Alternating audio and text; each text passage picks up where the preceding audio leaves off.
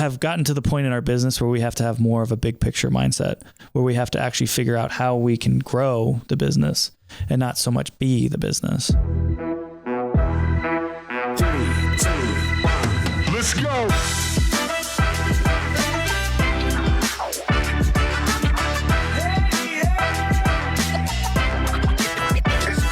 And we are back. This is the big episode 50.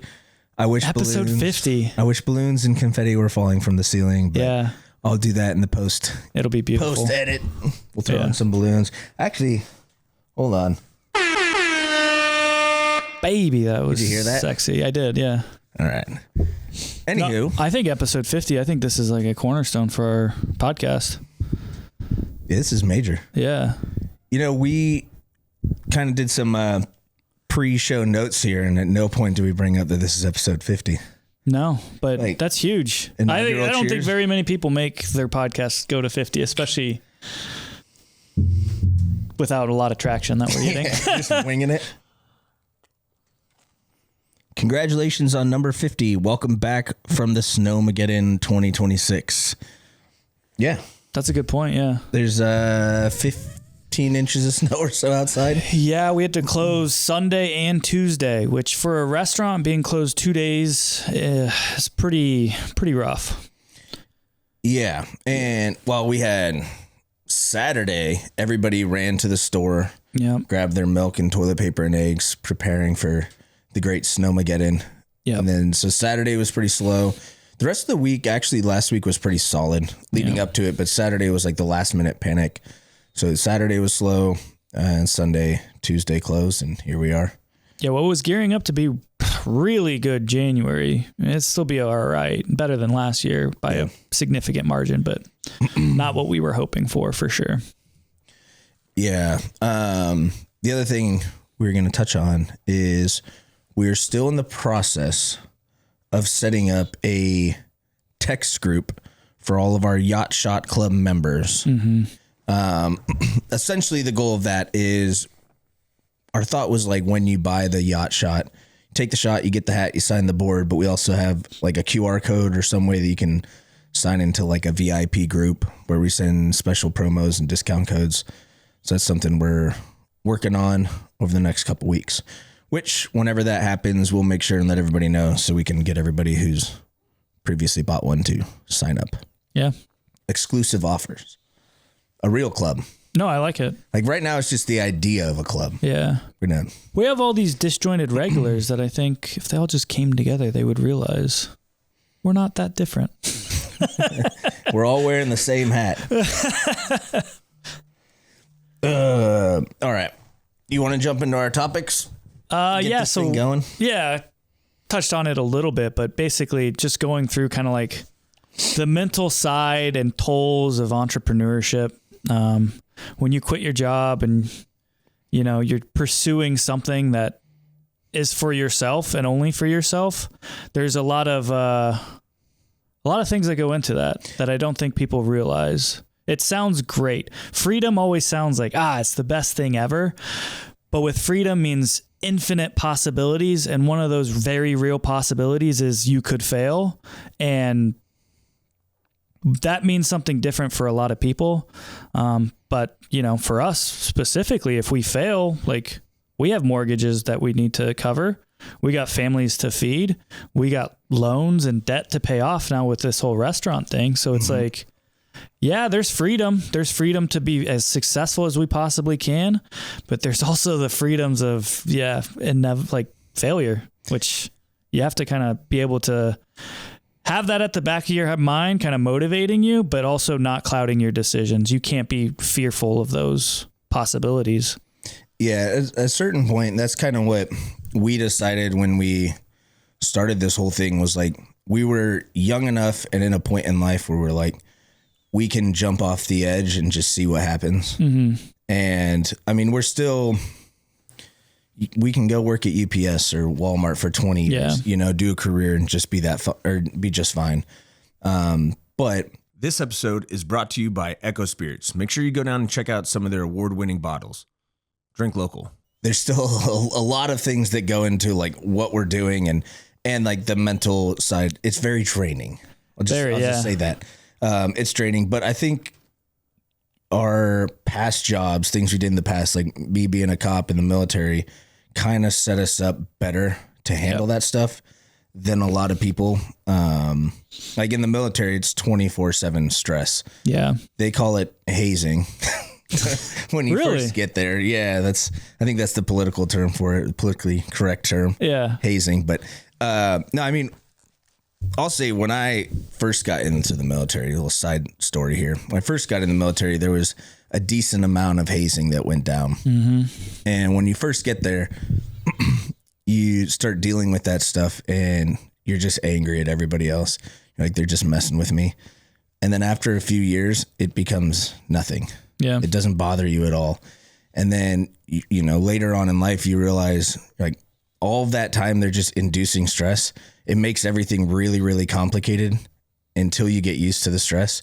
And then everything's very simple in the most stressful situations, you know, and that kind of like directly went into training and everything we did and deployments and all that stuff. Once you get in those like high stress situations, you're calm and collected and able to make decisions.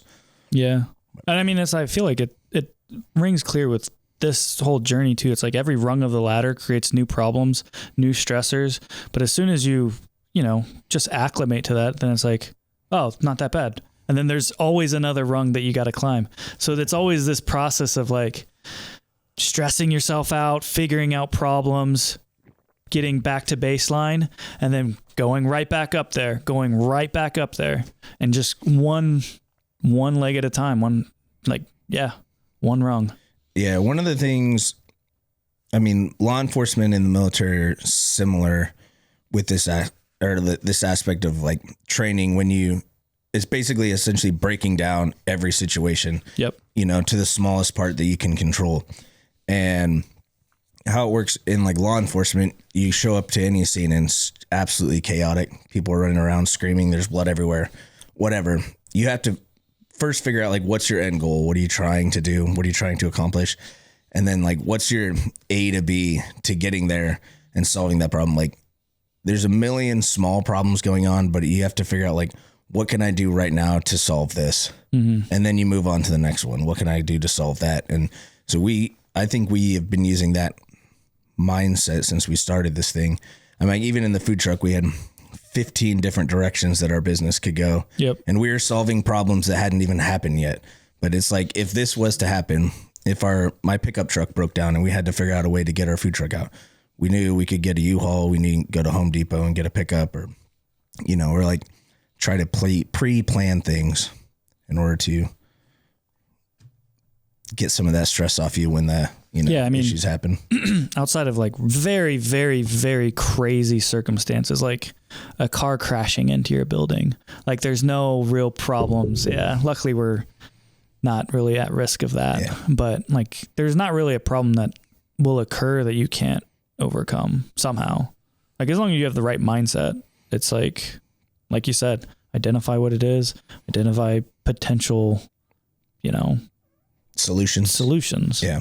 Well, and one of the things that we've always done too is our decision making. Like I was talking about, we look at all these possible outcomes of like the business or doors that we think could possibly be opening. And then we have 6 different ways that we could go about doing that. So then whichever door opens or whatever opportunity presents itself, it's like we already have the decision made in the back of our mind. Yeah. So like that's kind of been one of those things where we're able to move as quickly as we have been, because we don't take time when the opportunity comes up. We don't have to sit there and decide for, 2-3 days on how we're going to handle it. It's premeditated. We premeditate doors opening. Yeah. I mean, I think that's one of the benefits too of just like eliminating all other noise in your life. Like, there's validity in, you shouldn't necessarily just cut all ties and jump right into starting a business. There's a lot of things that you have to factor in when you make that decision.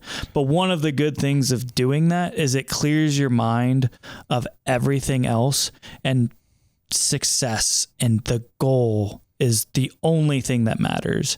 It's not like, oh, I have another job where my manager is getting up my ass. It's like, no, that doesn't exist. You're the person. Like, you are solely focused on this entity. And so you're capable of reaching the most potential out of it instead of kind of like having, too many distractions, I guess. Yeah. It goes both ways too. Because if your business is very successful, you got to be the guy that's like, yeah, I did that. I built that. But if your business fails, and you got to be the guy that's like, yeah, I did that. That's the scary that company. Yeah, embarrassment, shame, like that's one of the like things that you always have to. You can't be afraid of failure. It's like you're probably gonna fail. But I think that's one thing that prevents a lot of people from just doing it. Is because like fear. They're afraid of failing. They think it's a personal like attack on themselves. It's like, oh, I failed. I'm not good enough. It's like, no. You failed. That's good. Figure out why you failed. Identify all of the things that like why it didn't work out. And now next time you do something, you're that much better. Like if you're just always winning all the time, it's like you can never really analyze your weak points, your blind spots. And it's uncomfortable, but I think it's worth doing. I think we've analyzed a lot of weak points. Yeah, I think it's mostly weak points. Yeah. Analyzing weak points. But I mean, that's the most fun part, I think, is we literally have no idea what we're doing. So every problem that we come up against is like the first time we've dealt with it for the most part. Yeah. We're getting to the point now where when we have repeat problems, it's like things we've handled before, in the couple years we've been doing this, but we're still very new jumping into all this stuff. So most problems and most issues that we have are things that we're trying to work on. It's like, this is the first time we've ever done anything like that, like setting all this stuff up live. It's like, we have no background doing this, no idea. It's just figure it out. It's going to break. So rebuild it stronger the next time and keep going. Yeah. It keeps looking better and better too. No, I think one of the reasons why, let's talk about a problem that we've had, that we've solved, and like what we did to solve it. I think one of the issues we were running up against like recently is we were doing way too much stuff. Like we have gotten to the point in our business where we have to have more of a big picture mindset, where we have to actually figure out how we can grow the business and not so much be the business. And so a lot of that means we have a list of tasks that we're always responsible of that's distracting us from what's important. Right. So one thing we've had to do is basically offload those tasks and make sure that they're being done to the standard that we come to expect. And so it's giving our employees more responsibilities, giving them more clear guidance and like expectations to then it's like, all right, now we have solved a time problem for us where it's like we're spending half of our time, cleaning fryers, doing like all the nitty gritty stuff that's not actually going to create a successful business. And so we realized that. We kind of figured out what we needed to do to implement it and went from there. And, that doesn't mean it was smooth. Like relinquishing a lot of those responsibilities created a lot of stress for us too. It's because it's like, is everything going to be done the way it needs to be done? Or perhaps now that we're not closing, our restaurant might burn down. Like there's a lot of like, is someone going to leave the water on? Is someone going to leave the door unlocked? Is someone going to leave the griddle on, leave gas on? There's so many other things that could happen that could like, have serious impact into the business. So it's like, there's some sleepless nights and there were some mistakes that happened, but nothing's catastrophic until it is. And as long as it's not, it's like, okay, this is a pattern that keeps happening, guys. Here's what we got to do. Like, tell me what you guys need from us. Like what policy, what sheet can we implement that this is no longer going to be an issue? Like what checks can we do? And we've slowly worked through it and it's not perfect, but I think we're a hell of a lot further than we were 6 months ago. Oh yeah. Like incredibly so.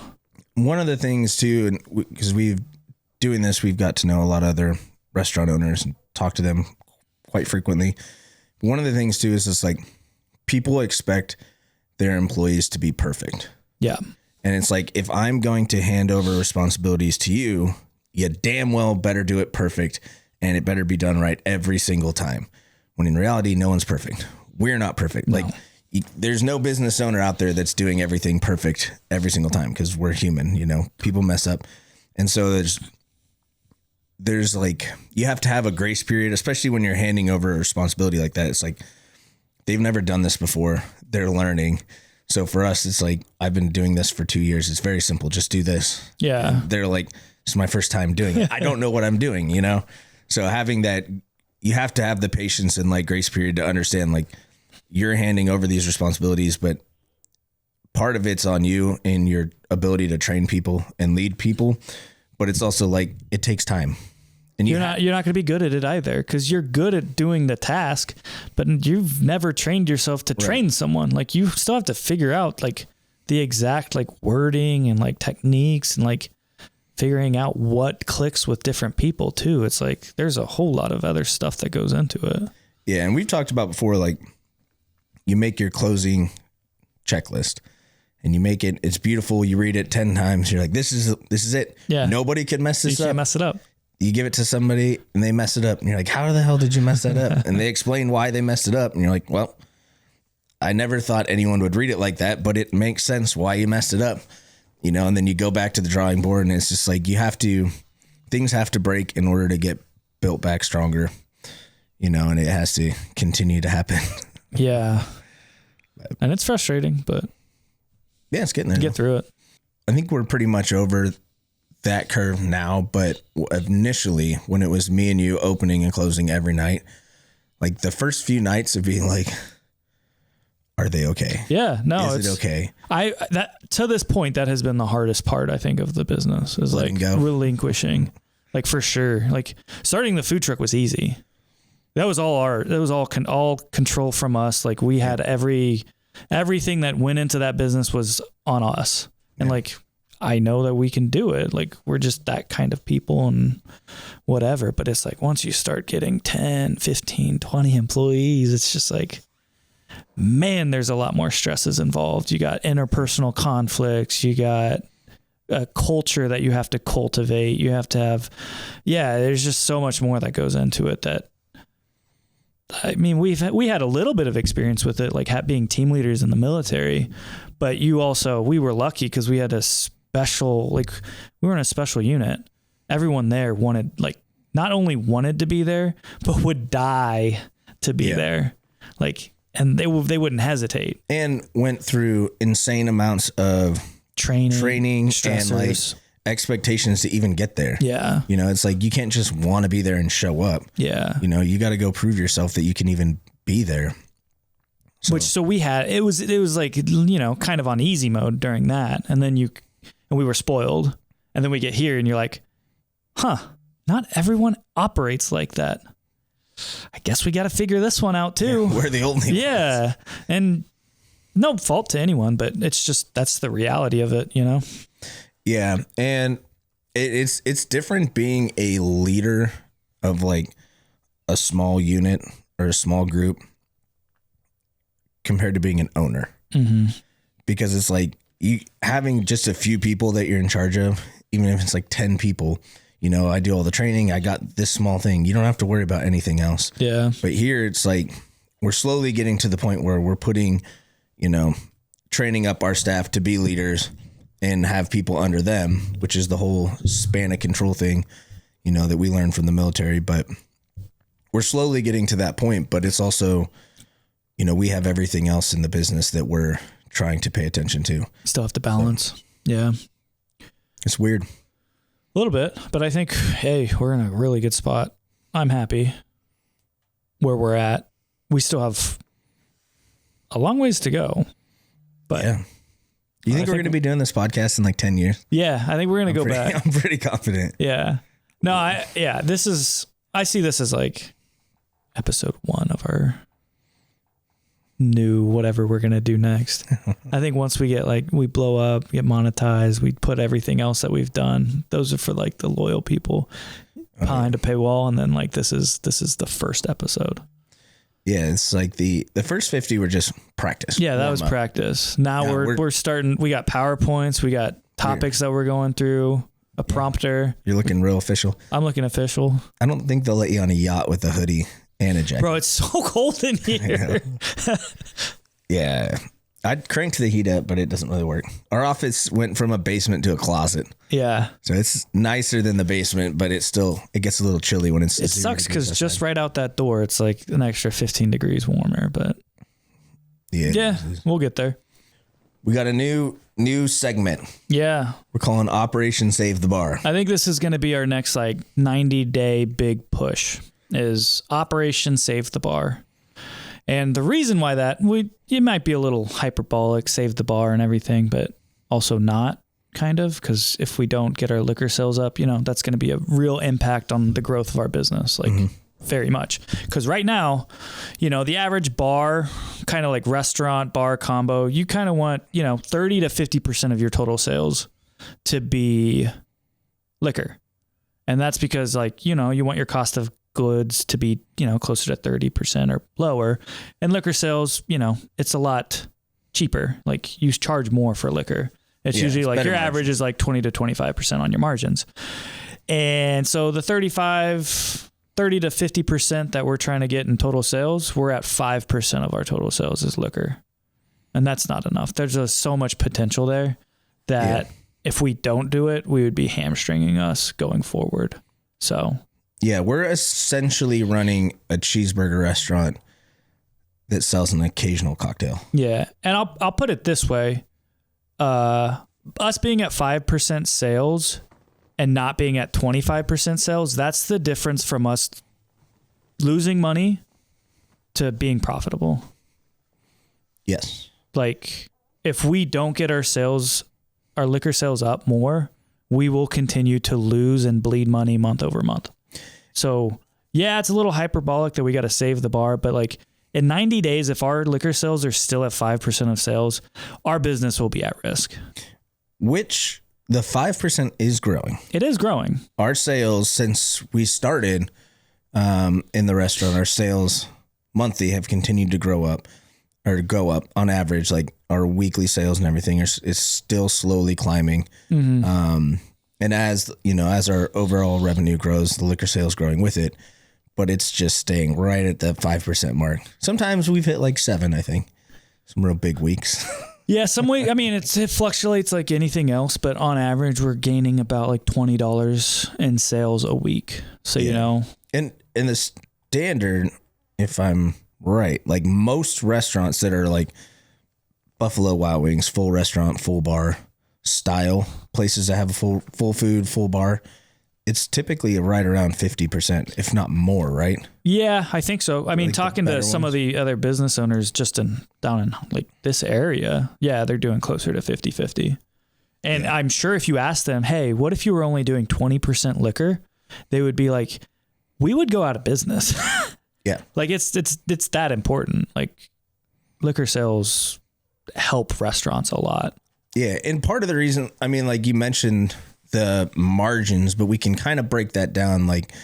It doesn't take a lot to get whiskey from a bottle into a glass to a customer. Yeah. You can have one bartender handling 10, 15, 20 people or two bartenders. Whereas in order to get food, you're paying all of the deliveries, you're paying all of the prep team, multiple guys in the kitchen. There's a lot more systems in place to make food come out to customers than there is for alcohol. So there's a lot more moving pieces. No, for one bartender to do 1,000 in sales in just liquor is not unrealistic. For us to do $1,000 in food for the restaurant, that's a server and that's 3 cooks. So you can see how, and with bartenders, they're a tipped wage. It's minimum, federal minimum, $10.70, and they're making closer to $30, $35 an hour. But yeah, you're paying 5 times just in labor for those food costs, not even associating all of the, food is just what you charge for food is less than what you charge for liquor too. Yeah. So yeah, it's tough. And food goes bad. Food goes bad. There's way more waste. Right. The bar, people will steal from you occasionally, but it's not nearly as much, I think, as much as you can potentially waste in food. Yeah. And we do a very good job with our food waste. Yeah. We have very little to none. We were worse on the food truck, I think. Maybe not, but there were times where we were. It was harder in the food truck. Yeah. because you show up in an event where they say, remember we did that school and they're like, there's 500 people going. Yeah. It was us and I think 2 or 3 other trucks, good, like not random trucks. They were like decent name trucks, popular trucks. And we got there and the lady literally looked at us and said, there's actually only going to be about 200 to 250 people. We didn't want to tell you because we knew you wouldn't come. And it was raining that day too, right? Yeah. And I remember that. we left. Yeah. We were there for like 20 minutes and we're like, 200 people for 4 trucks. Yeah. So side note, in food trucking, when somebody says 200 people are coming, 30% is what you can count on to eat. And which would be like 60 something people. Mm-hmm. You divide 60 by, was it 3 or 4 trucks there? I think there was 4. I think it was 4. We left. I think one was a 3. coffee truck, maybe. But yeah, I think it was 4. Yeah. Because I remember I know the 2 other ones. There was the hibachi truck and then there was the Mediterranean truck. There's the Adams. That's the Mediterranean one. I thought there was one more in front of them. There might have been. Anyways, yeah. I mean, you're looking at 15 customers, 15 cheeseburgers for us to sit there for 2-3 hours, which is nothing. Yeah. Not even close to anything. So when they tell you 500 people are coming, you're like, all right, we might get, closer to 100. Yeah. And then you get there and you're like, yeah, you're going to do 15 orders. Well, you have to prep, you have to bring the stuff to feed 100 people.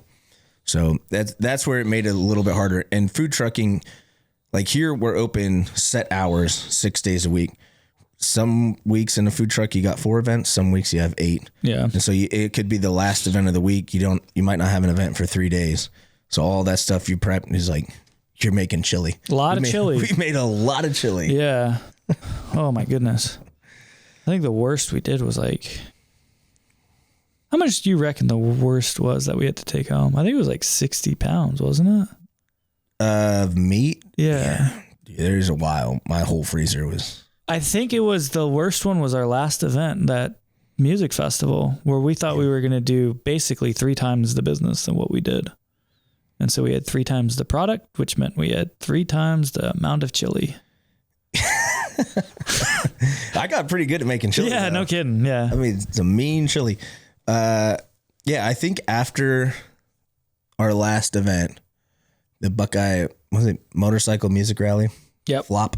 Big flop. I feel like we could do an entire podcast episode about that. How not to do a motorcycle rally. Yeah. Did I tell you that 2 people that went there came in the other day? No, which ones? They were just people that came. They rode their, or they drove. They didn't take their bikes, but they were somewhere, and someone handed them a free ticket. I think they were at like Lowe's or something. Okay. And someone gave them a ticket, and they're like, it was right around the corner. So like, all right, we'll go check it out. But they had our food there, and they stopped in here. Hell yeah. But yeah, I was like, oh, you guys went to that? You were the only ones. But yeah. No, I'm pretty sure I had 19 trays of buns at my house after that. Oh, it was so bad. 19 trays. Each tray has 6 packs of 8.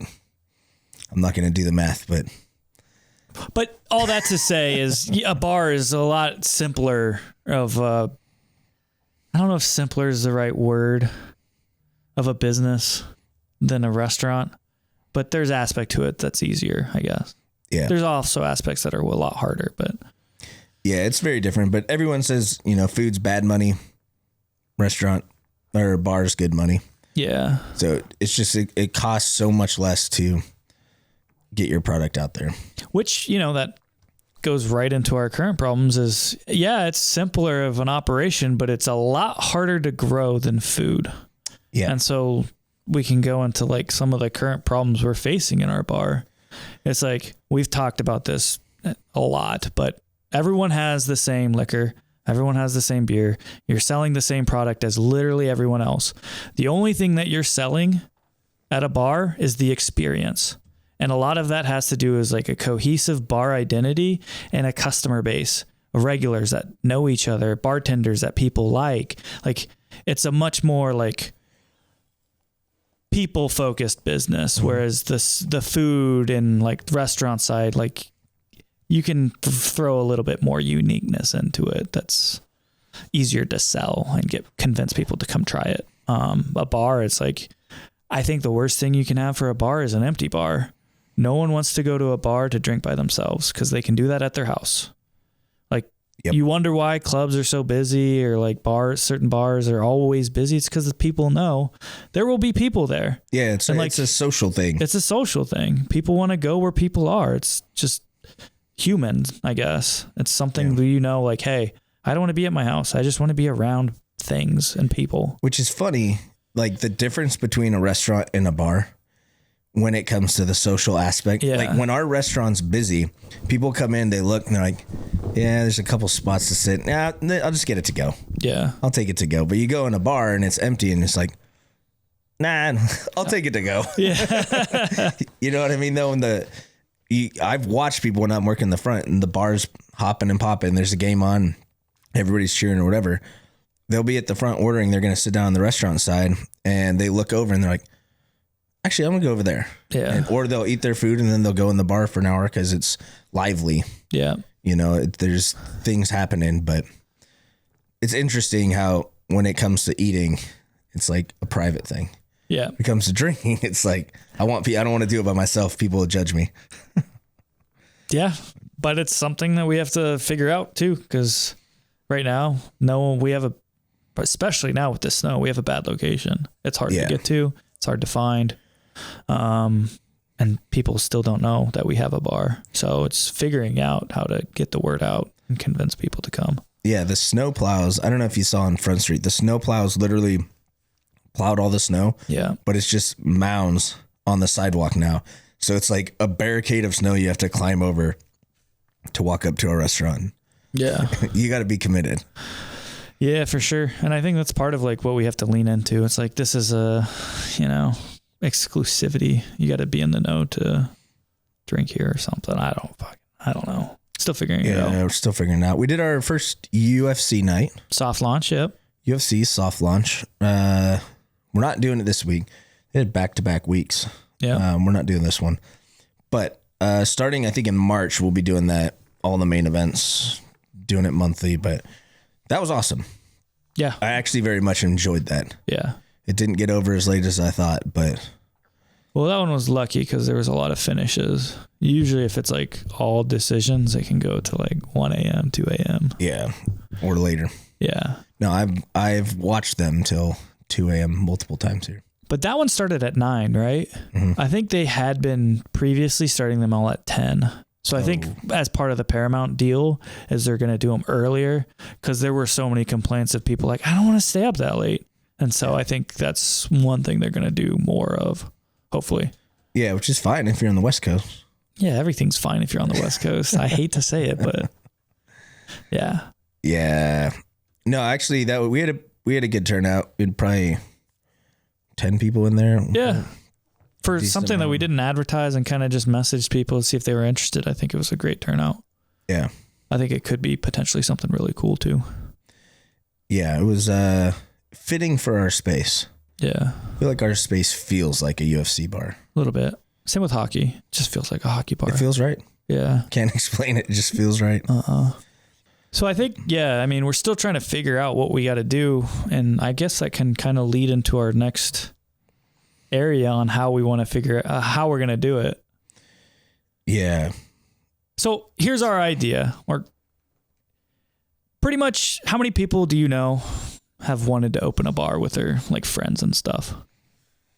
I used to always be one of those guys. Everyone wants to do it. You talked like everyone I grew up with, like that was one of the things. It was like, we should open a bar. Why don't we just open a bar? Like we drink a lot, and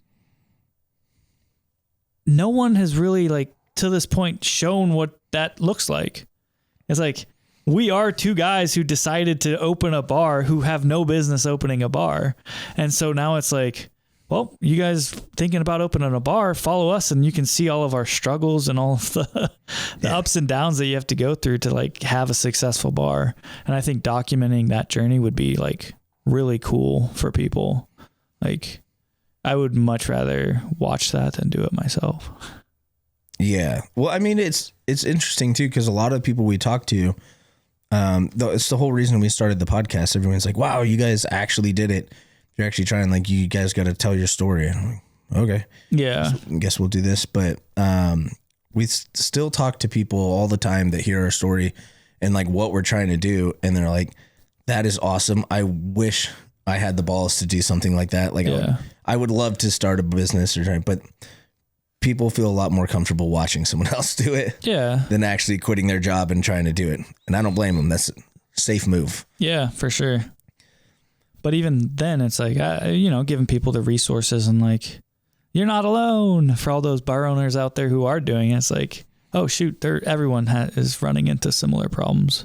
Yeah. And just creating a community like that could be cool. Yeah. And I think we're going back to what we were saying earlier is like, we're stepping away from the restaurant more. Like one of the things we want to start focusing on is our social media. Yeah. And YouTube. I don't know about Twitch yet. I'm not sold on Twitch. We'll see what happens, but definitely our Instagram, Facebook, and our YouTube, and growing those and like getting better at telling our story and what we're trying to do down here. Yeah. And seeing where it takes us. But well, I think just like the restaurant took us a lot of time and effort to get good at it. It's not luck. There's a science to it. And it's the same thing with social media and I think YouTube and like content in general. It's just like, you just have to put in the work. You have to want to get better and you have to be willing to get incrementally better. It's not going to happen in a week. It's not going to happen in a month. It might not happen in a year, but as long as you're focusing on like, how am I creating more compelling content that people want to watch? You will gain traction. You will be successful. Same with the restaurant. How do I create a product that's affordable that people want to eat? It's like, it's all the same. And like, I think that would be something that would be really cool to kind of document as we do it. Yeah. And ignore what the comments say. Oh, is that our next segment? It's coming up. But no, it is interesting because it's like, it's weird. You get comments on, like we get comments on in person all the time. And a lot of them are negative too. And it's easier to like, whatever, screw you. Something about online comments are like, fuck you, man. You don't know me. I mean, there's no way that we've served thousands and thousands of people in our restaurant. You know, there's no way that every one of them thought it was a 5-star experience. Yeah. You know, we do have a lot of 5-star reviews, but if all of those people went and like left a review like they do on social media, it's like anything you post on social media, you're getting reviewed on and they will tell you exactly how it is. It's pretty interesting, but the mask of anonymity. Yeah. Most of them don't even care. They're not anonymous at all. But I will say thank you for commenting. Like it actually does help us out a lot. So I'm going to continue to say very stupid shit just so we can get comments. I don't do it intentionally. It's just who I am. I'm a buffoon. I cannot help the words that come out of me. Yeah, exactly. You get in a flow state and it just flows. Yeah. It is impressive what we've done with our brains though. Yeah, no kidding. If we can do it, anyone can. Anyone can. No doubt. And I don't know how much we've touched about it. It's like, well, that's the whole point of like why we're doing this, why we're documenting, why we called it Trailers to Yachts. It's like, we're shooting big, baby. We're going for the top. Like, yeah, food trucking's great and it's fun and there's a lot you can learn in it, but it's like, I don't know if that's what's going to get us to yachts. Yeah. Well, you can make good money in food trucks. You for sure can. Too. There's so much liability. Yeah. If it's me and you in a trailer, we can kill it, but you're capped at what you can do. If you're going to have a fleet of food trucks and drivers and, you know, if you're here, if an employee doesn't show up, we jump in or we call somebody else in, the business stays open and keeps going. Yeah. If your driver doesn't show up to drive your truck to the event or your prep person doesn't prep anything and your driver can't get there, your truck breaks down, you know, it's multiple $1,000 events that you're losing. And scalability is tough with food trucks too, because you can't flood the markets. There's only a limited amount of events that you can send food trucks to before you have to go to different cities.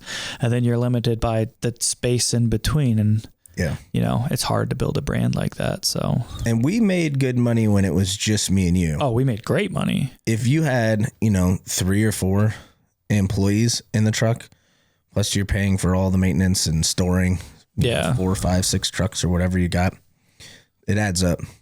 Yeah. But if we're going to stay on our promise to double our sales every year, you're going to have to come up with more and more unique and wazoo ideas to keep doing that. 2 months, we're like, all right, we bought a food truck. We're coming back. Yeah. It probably would be pretty successful, honestly. But yeah, no, I mean, the best thing that a food truck can do for you is market, you know, because we can reach people on the other end of the city that would never come down here. So yeah. I get that side of it, continuing to keep your name out there. And one of the things we talked about is if we ever wanted to start another location, like say we were going to put one in New Albany, we send a food truck out there for 2 months and find a parking lot, park a food truck, and every single person in that area knows what it is before the restaurant opens. Yeah. You know, because like those people, some people in New Albany, I don't know, it's like a 35, 40-minute drive from here. You know, some of those people might have heard of Smash Buddies, but if you just open up a shop and they've never had it, you know, it's going to take a while for people to go get it. If you could mitigate that with putting a food truck there and getting the word out before you open the restaurant, you know, I could see that being useful. Yeah. But there's no way I would buy a food truck just for that purpose. No. No chance. I'm good. No chance. Where right. we are at in the journey. Where are we right now? Are I'm we telling going you- to trailers? Or are we trending towards yachts? I want like a scale. We keep talking about this, but I want a scale where every week we have to put something on one side. That's brilliant. It's like you put a Lego piece on the trailer side or on the yacht side, whichever one crumbles first. Yeah. We'll know our destiny. I think after the Snowmageddon, we are much, much closer to trailers than we are to yachts. Yeah. We were inching 2 towards days yachts is tough. last week. Yeah. This week we're like, That's 2 Lego pieces on that scale. yeah. It's just 2 days is like, man, our rent's not going down. Our utilities don't go down. Our fixed costs stay the same. And 2 days is a lot. 2 days is a lot. Plus it's 2 days followed by a potentially bad week. Yeah. You know, I don't blame people for not coming down here when it's 6 degrees and there's snow everywhere. The roads aren't going to clear up for 10 days. Next week looks freezing cold too. So it could be like a month before we have like completely cleared out of snow. Mm-hmm. Oh, we were 60 like 3 weeks ago too. I was golfing. It's just nuts. This is definitely the worst winter we've had since I've been here, though. Yeah. Or the worst section of the winter. The winter itself hasn't been bad. Just this week has been the heaviest snow and ice for sure. But yeah, we'll see. It's not good for business. It's not good for anyone. Nope. Nope. I think it's probably good for the people who like clear driveways and stuff. Yeah, I actually had a kid shovel. come to my door and was like, "Hey, I just want to start my own shoveling business. Can I shovel your walkway?" I wanted to say no, but I was like, "Dang it! I respect the hustle." And so I was like, "Yeah, let's by all means." And then I was like, "Kids, get your snow stuff. We're gonna help them clear out our driveway." And then just kind of did it with them, got to know them. But yeah, I was his age. That's a smart thing to do. Yeah, I was taking a nap and one of my neighbors just plowed my driveway. It's very nice of them. You got to make them cookies if you ever find out who did it. You just and we had no internet, so the cameras weren't working. Oh man. Yeah. Actually, our internet's been out for like 4 days now. It's been in and out there.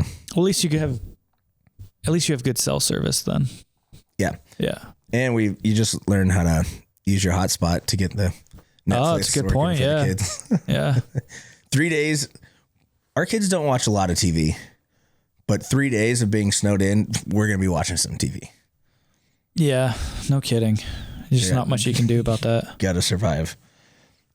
All right. We move into our segment. My favorite segment. These are some heavy hitters. Yeah. I actually think the segment last week worked. Yeah. When I said, if you want to get featured on our show, trash talk us on TikTok. Oh, you think people saw that and wanted to do it? They saw that. These guys did. Hey, if you do it on YouTube, well, we're not discriminatory. It could be TikTok, YouTube, any of them. We'll find the negative comments. Yeah, talk Hunt shit. them out. So these comments came from. Okay, so this first one, I do feel this is on me. This was really stupid of me to say. I didn't realize I said it, but You said it out loud on camera. from video. I guess that's his TikTok name, but No. That's what the video was. Oh, What the video was. So, okay. Yeah. This is the backstory of the video. is you mentioned that Bryson DeChambeau might be leaving Live Golf, and he could potentially be the number one YouTuber. Yeah, that was Bigger than Mr. Beast. I said bigger himself. than Mr. than Beast. You did say that Mr. was the dumbest thing I could possibly say, but And the internet agreed. The internet agreed. Might be the dumbest thing I've ever heard from Phil. Thank you, Phil. Yeah, that's Phil. Might be the dumbest thing I've ever heard. I made sure to put their names on there, so when they see these clips, hopefully they'll recognize their Jay, what a buffoon. Jay, thank you for that. I have actually been calling myself a buffoon a lot lately since I've seen that, because I'm like, golly, he hit that one on the head. And then this one hurt a lot. I'm not going to lie. Trey Thornhill said, Jesus, raise the price of microphones. Which, Trey, if only you knew how much more we've spent on this set than just the microphones. Yeah, those are the cheapest. That's the cheapest thing. But I appreciate that. Yeah, we got to do better. Yeah, they got to put like tariffs or something for bad YouTube videos. Yeah, we just don't get anyone watches these anyways. So yeah, that's 3 of the like 14. Leaving Live and becoming the number one YouTuber bigger than Mr. Beast. You want to talk about like what was going through your head at that moment? I think I just wanted to say something that would generate comments, and I think I was successful. Nailed it. No, I just like how last week they came for me, and then this week, man, they were coming for you. Yeah. Buffoon, man. Buffoon. Just a couple buffoons trying to make a podcast. All right, we got anything else? We got Blue Jackets coming up. Yeah, get ready for that. I got to paint my face, so that'll be fun. Exciting stuff. No, I mean, I think moving forward, I think we're going to highly focus on getting this bar to where it needs to be. And if you guys have anything you want us to, like, if you guys have ideas that you want to shoot our way, or things that you guys specifically want to see us, like, see behind the scenes of, let us know. We'll make some stuff that you guys can watch, but that's going to be our big push the next 90 days is figuring out how to run a successful bar. Yep. And we got talks coming with the Comedy Collective. Yeah, that'll be exciting. Doing the comedy shows. Yeah. Which I think will be sweet. All right. Well, thanks for hopping on, fellers and ladies. Thanks for the chats, staying involved. Yeah. Make sure to like, share, and subscribe to everything. Yeah. Send this to, 10 different people that you know and be like, hey, you guys want to watch a couple of buffoons talk about a bar? There you go. That'll help us out a lot. Just a couple of buffoons and a microphone. Yep. I love it. All right. You want to wrap this thing up? Yeah. I think so. Don't forget, like, comment, subscribe. We appreciate all of you. We'll see you guys next week. Mash you later. Later, taters.